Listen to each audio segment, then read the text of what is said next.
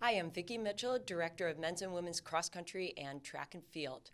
We are getting started into the cross country season. We've had 3 meets under our belt so far, including a home competition and a big meet this past weekend down in New York. And we've got about 6 more weeks in preparation for the MAC Championships.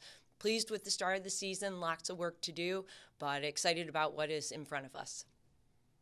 Great, Coach. You opened the season at Duquesne early September before returning home and hosting the UB Stampede on the 6th of September. How was it to race on your home course in front of some fans and family and friends? It was great for our student athletes. We love competing at home. There was a huge crowd out, not only of other student athletes from other teams, but also friends and family that came into town for the event. So I always feel that it brings out a little bit more excitement for our student athletes to be able to compete at home. And we had some great competition there, and I felt like the teams put in a solid effort from the competition. Do you have alumni that returned for that meet, or do you have any functions? We did. We had a little bit of a small alumni reunion right before the race with a little bit of coffee and bagels to bring them in and let them see what the young kids are doing on our team now. It's great to have the alumni come back in and see how the team continues to develop. Most recently, you raced at Iona's Meet of Champions, like you referenced, down in the city. Can you tell us about the course and racing in the city and the competition field you faced? You know, when we get to go down to New York City, we race at a very historic cross-country park called Van Cortlandt Park. And it is a combination of some flats and some pretty good hills. So it was the first hilly course that we've seen of the season.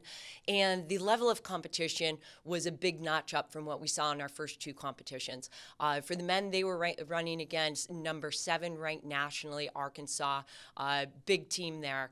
And for the rest of the squads that were there, most of them were regionally ranked teams. So it gave us an opportunity to really go up head-to-head with a lot of the schools from the Northeast region.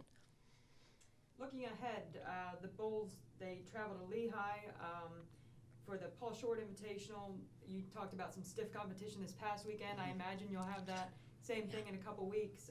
What are your expectations for that meet?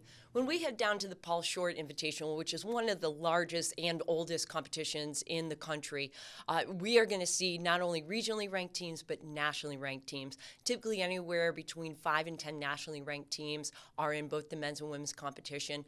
Field sizes will be upwards of 400 runners on the starting line. So it's going to be kind of a dogfight out there as we get there, but it's a fantastic competition for us. It's kind of the midpoint, checkpoint of our season as it puts us 4 weeks out from the conference meet and 6 weeks out from the NCAA qualifiers.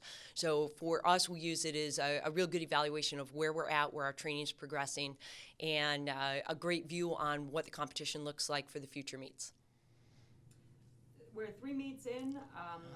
A lot of your meets are every other week. Can you talk a little about the scheduling strategy used to space out race day and recovery and things of that nature? Sure. We race as we get into the thick of the season every other weekend for the ability to be able to train and recover from the competitions, particularly for the men's distance being 8 kilometers or just under 5 miles. It takes a good bit of recovery from that, so we don't want to race it every weekend. In addition, having the 2 weeks in between allows us to put in good volume, good hard quality training, and continue to develop the students. Lastly, Coach, can you talk a bit about the upperclassmen and their leadership qualities with all the newcomers that you brought to town this year?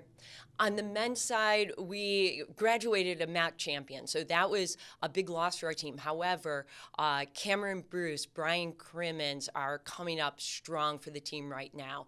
And even sophomore Alec Pinekoffer, they've been consistent front runners for us and really bringing the younger guys under their wings, showing them what it takes. On the women's side, we're actually being led right now by a number of our sophomores. We have Melinda Wheeler and Corinne Burchard, who have been 1 and 2 over the last couple of weeks for our teams, and really showing that, especially on the women's side, that the youth is the strength of the team. And we're excited about what that's going to bring, not only the rest of this year, but in the upcoming years.